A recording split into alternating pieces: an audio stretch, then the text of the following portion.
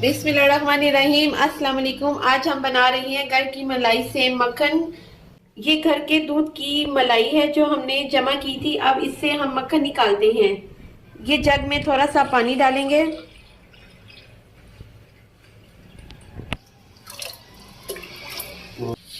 अब इसमें मलाई शामिल करती हैं और इसे 2 मिनट के लिए ग्राइंड करेंगे।